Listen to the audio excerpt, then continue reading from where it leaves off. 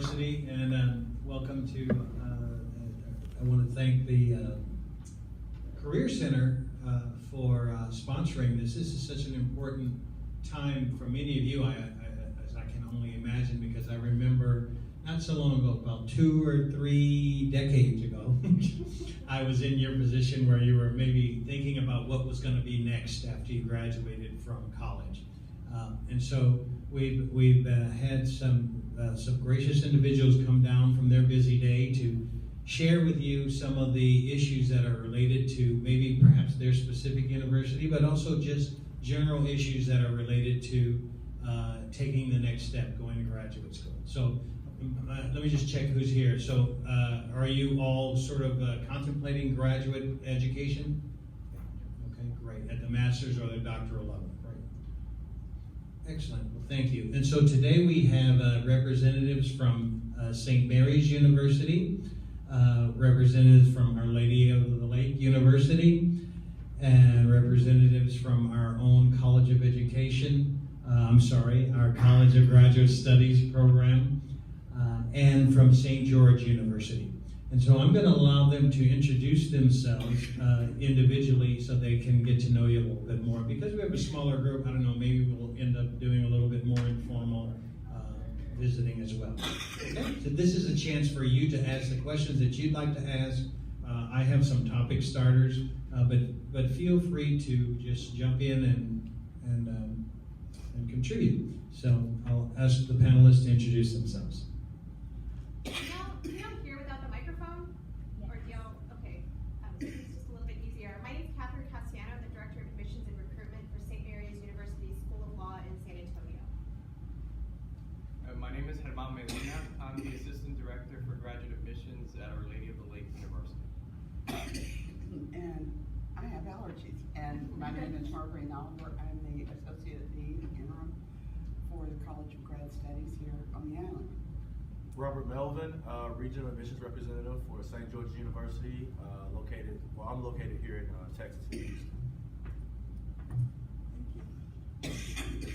So I guess one of the things that I'll just start off with asking our panelists to weigh in on a few questions. And please feel free to engage in interaction. And then also, I think we're scheduled for an hour.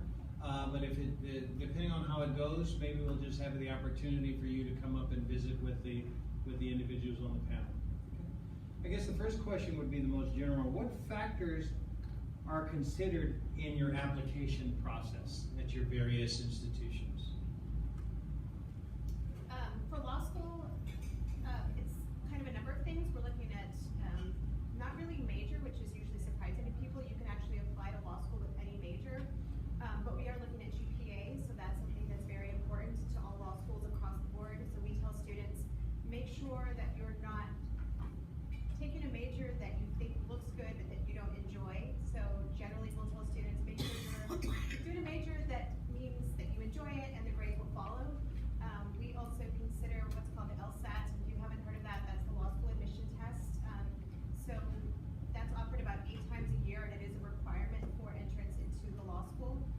And then we look at everything else: resume, work experience, leadership, community service. Personal statement is very important to us. And then we holistically approach every applicant and then make our decisions based on that. For our graduate programs, we have a variety of different programs, everything from School of Business to communication disorders to psychology, accounting, just to mention a few of the ones that we offer. Depending on the program, it's going to be basically the requirements. But across the board, you can almost bet that you're going to have to, submit your transcripts, so the GPA component comes up very frequently. We always suggest to strive for 3.0 or higher. Okay. In addition to that, like Polly mentioned, resume, letter of recommendation. So start to build those relationships with faculty, maybe supervisors, co-workers if you are currently working. Also personal statement is a big factor as well. So not only maybe addressing questions that the programs might want you to address specifically, but also very important is to work with your writing center, maybe peers, professors,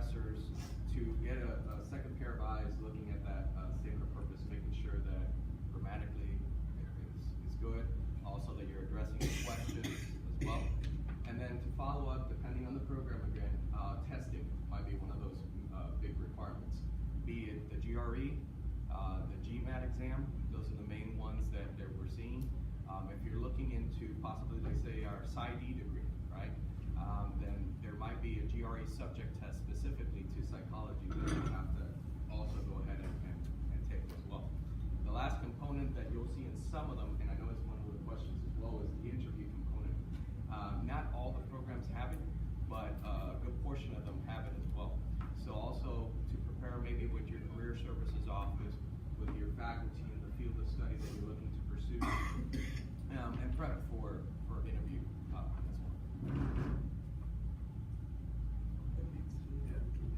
well. So primarily, like I said, St. George is a medical school, primarily medical, MD, as well as veterinary sciences.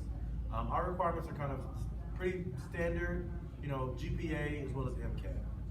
But I will say for St. George's in particular, your entire body of resume is we look at.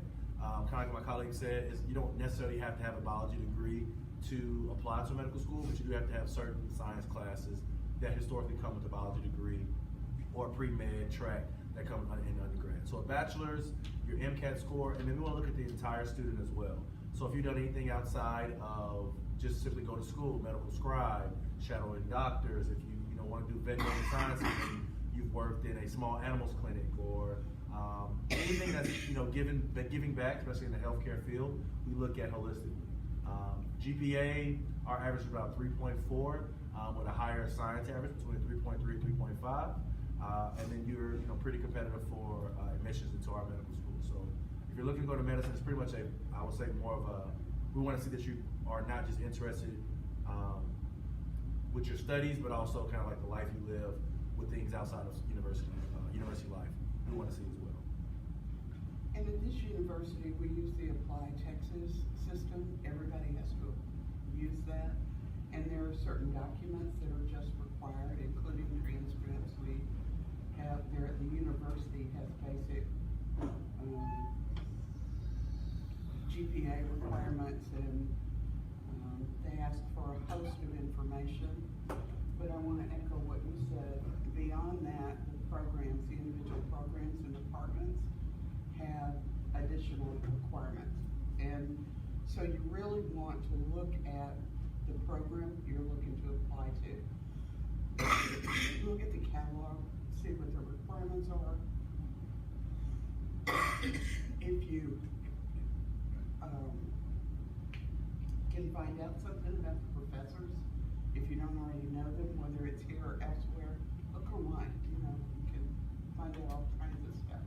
That can be really helpful when you apply to a particular program. When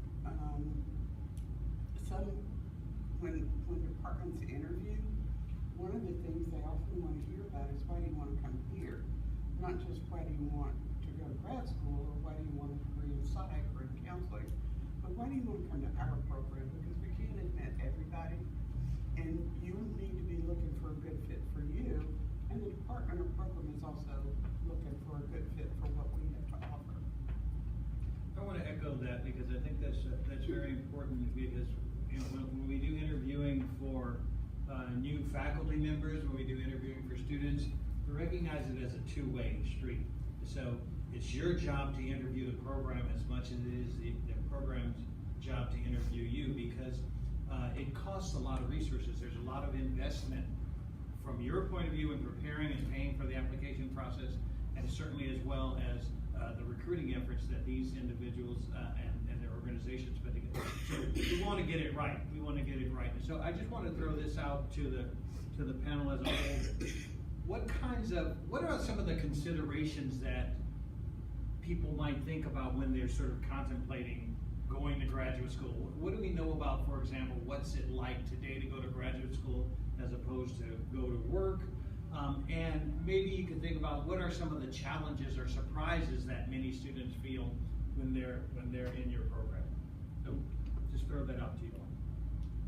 For law school, the comment that we get is that the amount of work that you have to do has been underestimated generally by students that are coming straight from undergrad. We estimate that students will need to put about 60 hours of work in reading in addition to their classes per week.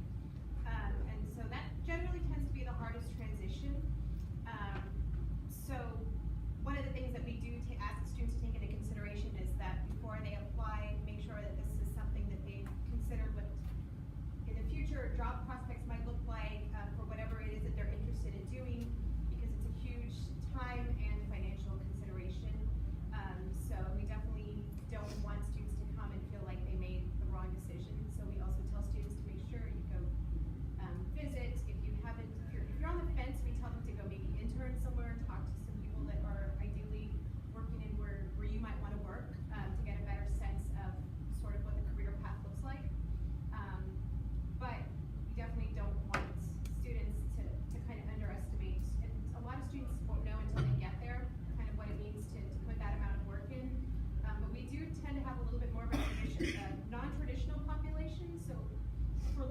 often does seem that students are taking a year off after undergrad, sometimes even longer, to work. And that often does make the transition into law school a little bit easier when you've worked at least a year and kind of understand sort of what the demands of time and time management are. On my end, what I see a lot is the students, we cater a lot to very non-traditional students as well. Have families, work full-time, have both, and they also want to pursue and get to that goal, to their master's or doctoral degree. So the format that, it's a big question always when I talk to students. What type of formats do we offer as far as the programs? Is it an evening program? Is it a hybrid program? Is it a weekend program? We have a little bit of everything that I just mentioned. I'm sure my colleagues can speak a little bit more into their institutions. That's a big question I get, because you gotta put food on the table, you gotta take care of the family, but also you have to be looking into your personal goals that you might have that are gonna, help the family and help yourself as well. So that's a big question I always get as far as the format that the programs are offering. Also, the flexibility in time. Can I go part-time? Can I go full-time? Do I have to go full-time? Can I go part-time at my own pace and juggle work, family, friends, and education? And those are big. And also, when we have that conversation, kind of going as well with my colleague, is the passion for it. If you're passionate about this degree, are you willing to sacrifice sometimes time with families and friends? Because if your passion is there for that degree, it's not going to be work. It's going to be something you enjoy. The grades would go on later on with it. So that's a big conversation that we have, and almost like self-reflecting. Are you passionate about this degree that you're pursuing? Because if you are, it's not going to be work. It's going to be something you enjoy going in every day and doing and studying, and you'll get to that goal. So those are the big components that I always discuss with students. Flexibility on the time, the format that the programs are offered, does it work for them, and then that passion component, which is humongous for them. I would also encourage people to consider what balance in their lives looks like. As you have indicated, we have a tremendous number of students here, percentage of students who are non-traditional students. They work part-time or full-time, they have families. And actually what I'm reading is that that's not so abnormal anymore.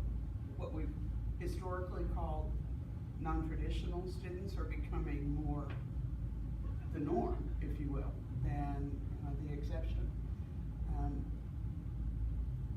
People talk about work-life balance. Yeah, about that. Let me just say, you still need that, but it begins to look different in graduate school because of all the different demands. And some of the work that's demanded in graduate school is collaborative. I mean, you have to work with, that's part of what grad school pushes us towards in some ways, is being able to work in a team environment and to do that effectively. Apart from whatever your discipline is, we have to be able to communicate that discipline. We have to know how to play well with others, and we need to be able to do that even with people that we wouldn't necessarily make our best friends. And all of that can really be stressful on a family if you're not prepared for it.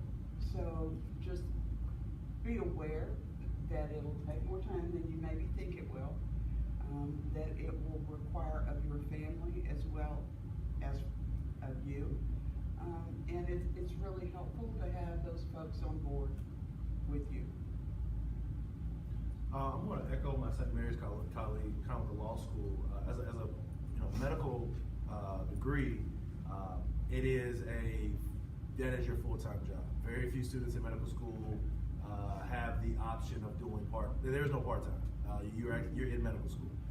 Kind of advice that I would give to students coming in, kind of think we've seen more, is students who do better in medical school and more professional schools have higher hours they take while they're in undergrad. They're used to kind of, instead of the traditional maybe 13 to 15, they're somewhere between 17 to 18 because they're understanding the time it takes, dedication to actual in-class time versus also kind of the studying time as well. And I think that's the biggest shift because you're really going from, kind of leaving class and then doing your own thing. Well, in medical school, it's a lot more, you're in class for a certain amount of time, you're then in labs, you're then in anatomy labs, you're then studying small groups, then you're studying everything you just learned to reapply for an exam or for a step 1 test, things like that nature. I will say to looking into medical school, things that we've seen that I think every student should look at is, unlike getting a master's or a doctorate in graduate school where you get the master's and you go find a job, this is the job. Like you're going to medical school to be a doctor. So are they graduating doctors? Are they placing residencies? Where are they placing residencies? These all, we can go to a little deeper later, on a one-on-one, but if you're looking at medical school or professional school, look at, are they graduating, are they doing what you want? Are they actually achieving the degree and job that you're going to school for? You're going to medical school and you don't become a doctor, there is no, that degree doesn't work in like business, if that makes any sense. You want to be a doctor, so I think that's, let's kind of close that out. So those are excellent points, and basically what I hear from the panel is basically you need to be very mindful of sort of the factors that are surrounding you when you go into this decision. We often tell our students applying to graduate school, basically make sure that you have mobilized your support group, people in your family, and be realistic. Are you going to be able to keep this job that you have and organize and meet the demands of this environment? Graduate school, I'm not sure we're going to get into that, is costly. I mean, there's a financial cost of that, and the point that Robert made is very rings true for me as well, because it needs to pay off for you, and so you need to do the best that you can do to ensure. I mean, we don't have looking glasses into the future, but what you can do is to make sure that the position that you place yourself in is going to maximize your success, be able to place you in the situation that you want to be. So I guess I'll ask the panel this question. Beyond we know that all of your schools have deadlines for interviews and materials to be presented. In general, where should students be at this point in time if they want to sort of start to prepare to take the step at your places? You want to start? Yeah. So if you're looking at medical school, it should be something you're probably starting to look at sophomore, junior year pretty seriously. Because like I said, we also want to look at students who are doing things outside of the school. So you're volunteering, you're doing, say medical scribing, you're shadowing, you're in the clinicals. So this is something kind of a decision you're making a little bit earlier because you're also taking classes going towards that. Probably your senior year is when it gets the most real. I would say the fall, fall, so August, you start your senior year. This is when you're practicing for prepping for your MCAT. Your MCAT is the ACT to get into college. It's the most important test to get you to your medical school. It determines where you will go to medical school. So I say most people take it usually in the spring, and then the application process can start there. We're looking for recommendation letters, so of course you're securing that from your science professors. So this is kind of like your application. I know most grad schools kind of like an ever evolving. You kind of have to keep. It's a moving application. Every day you're kind of adding more to it. Whether it's resume builders, things you're doing in the community, recommendation letters, talking to professors, visiting campuses. So you're really kind of seeing, is this going to be my next step? So it's kind of it's a day application, the amount of time it may take, but it's a yearly kind of like process, if that makes any sense. From kind of, I would say, the senior year. So when you start that senior year, you're pretty much, you're focused on, when I graduate, I'm gonna have those 2 months off to kind of get my life together, kind of enjoy me graduating my bachelor's. We're right back off into the, back into school, whether it's graduate school or med school. So I think that's kind of how our process usually works. I agree. Not from a medical school perspective necessarily, but in your senior year, it's time to really be thinking and acting on all those requirements for applications. Looking at programs, deciding on where you want to apply, creating a personal statement or a goal statement, and polishing that and revising it. That the Career Center can help you do that, by the way.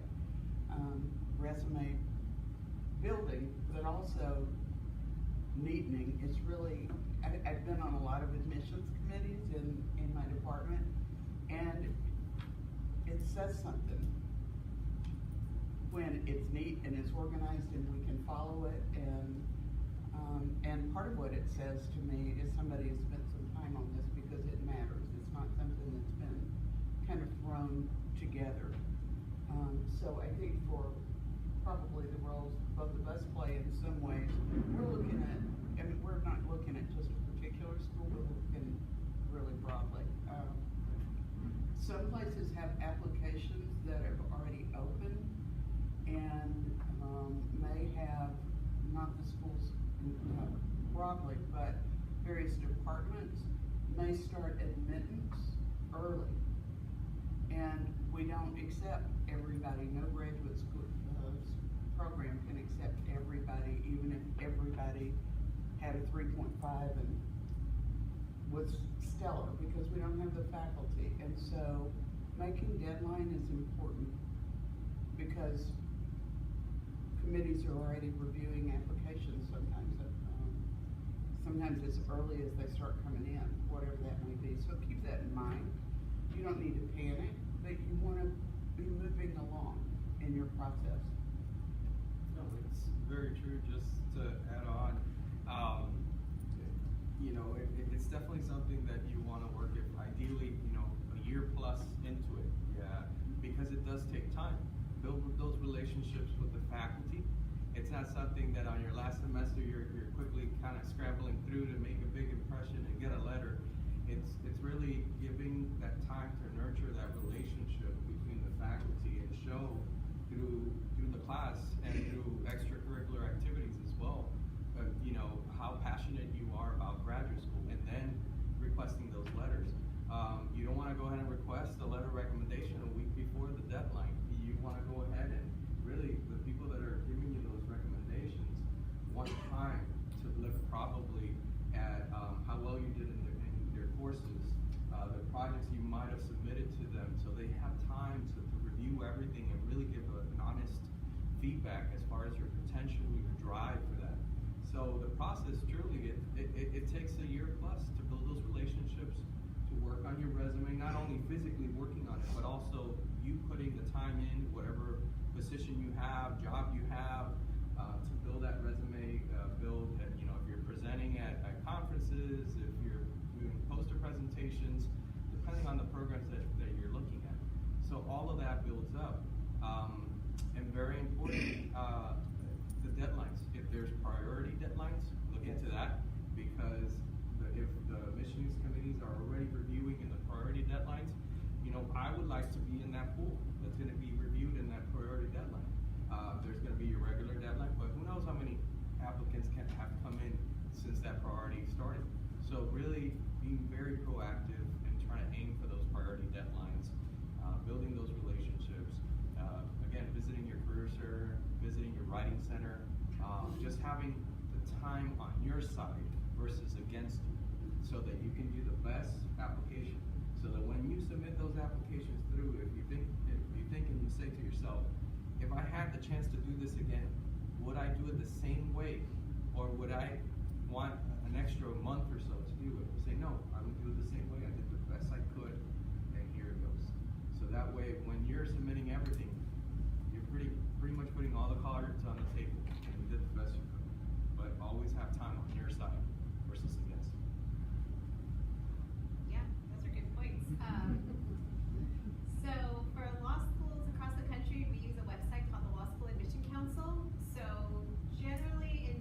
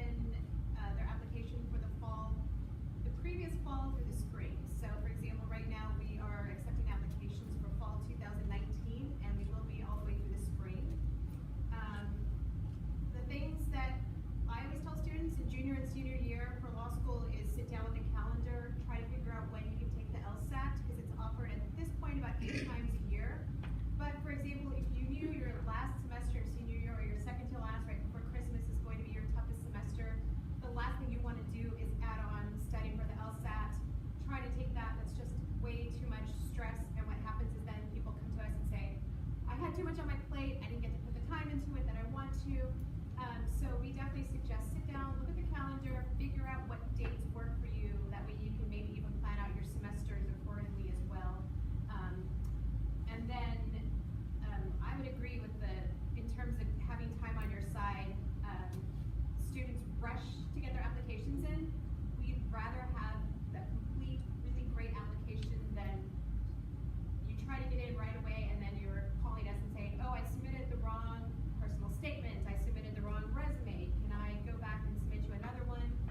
Which is fine, except we can't take anything out of a file. So last year we had someone who submitted 4 resumes. So 4 resumes went to the admissions committee when they're already reading 1,500 applications and they're trying to figure out, why did this person have 4 resumes? So you can imagine that doesn't look great in terms of, when we're looking at professional school, we want people to have an attention to detail. Having 4 resumes doesn't really say that. Already this year, I had somebody say they put the wrong address on their application. It's like things like that can be avoided very easily just by taking the time to do it correctly. Same with the personal statements. I'm sure everybody here gets personal statements that are riddled with spelling and grammatical errors.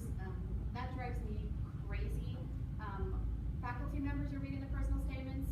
I was on the law journal when I was in law school, so that was my thing, was editing. So when I see that, it like drives me nuts.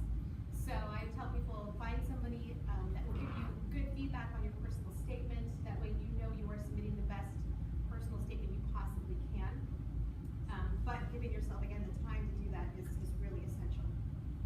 Make sure the person writing the recommendation letter actually likes you. You would think that would be kind of understated or understood, excuse me. I've seen resume recommendation letters where, hi, this is so-and-so and so-and-so, Robert Melvin should not be admitted to your university. I've seen that before. I've also seen, make sure the person who's writing a recommendation letter knows what university you're applying for.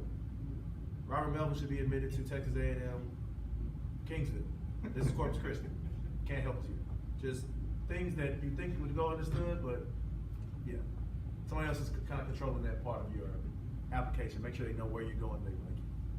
I actually ask students who want me to write a letter to send me a copy of their, and I'm generally writing for a doc program because we only have a master's in the doc program here, and so who I'm writing for, master's students. And I ask them to send me a copy of a current CV or resume, and I ask them to send me the information about the program they're applying to. I want to see it because I can do the best job for them if I understand something about the program as well. And if they can't do that, one of the things I wonder about is whether they investigated themselves well enough. I also just want to throw this out here as it doesn't apply to law school or medical school, I'm almost certain, but colleges, a lot of colleges of graduate studies have signed on to this April 1st document that, and for schools who have signed on to where that have signed on to that agreement, you can't demand that students accept before April 1st. Just know that. What I'm telling you is that there are sometimes rules in place that are designed to protect you, and that allows students to have a bit of time to consider multiple offers, even though a program may accept them or offer them acceptance in February. Don't be coy, but just be aware, and it's not everywhere that it's signed on to that agreement. Just before I open it up for some questions and comments from you all, I just wanted to echo that we've talked about the application process and the focus on sort of meeting the requirements to be applied. What I would also just encourage you to remember is that your best application is the authentic you. Who you really are and what you really want to do. And this is also sort of a shout out for my colleagues in the counseling and the Career Center, because there are a lot of resources where you can really visit and work on you. Is this really what I want to do? Is this really where I want to go? Is this sort of the career path that I'd like to take? The extent to which you kind of understand that makes a lot of the other stuff almost automatic. And that comes through, because you can go through your life just sort of saying, I'm going to apply, I'm going to apply, I'm going to apply. It's, again, that's a situation that's sort of fraught with, okay, now I'm on my third career, or my fourth career, or struggling. So I invest really in figuring out if this is for you, whatever it is. Okay? And then, and again, you can be very open and willing to the surprises that may happen. I'm Associate Dean now in the College of Education. I would have never imagined being in this position, in this role. Because somewhere back 100 years ago, you know, I was an undergraduate and I wanted to be an engineer, I thought, right? So, again, that application of self-discovery is important, the most important. So what I'd like to do is, again, thank the panel, and then also ask you to ask any questions at this point, or if you guys have any other comments. Are there questions that you have? Yes. So it's just a general question. I know you all were saying that more traditionally students are basically full-time. They're not going to have too much time to do like a part-time job or a full-time job. So as far as expenses, how is that taken care of? Is that strictly through like either aid or student loans or?